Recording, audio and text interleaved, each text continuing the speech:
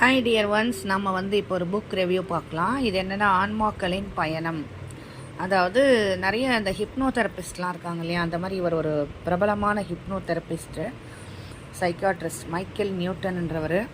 அவர் நிறைய பேரை past life regression therapy அப்படி பண்ணும்போது இவர் ஒரு ஏத்திஸ்டாக இருந்தவர், கடவுள் நம்பிக்கை இல்லாமல் இருந்தவர். அப்போ சிலர் ஆழ்மனதை தூண்டும்போது அவங்க பழைய ஜென்மங்களுக்கு போகிறாங்க அப்படின்னும் போது அவர் அதுக்கப்புறம் ஒரு ரிசர்ச் பண்ணுறாரு.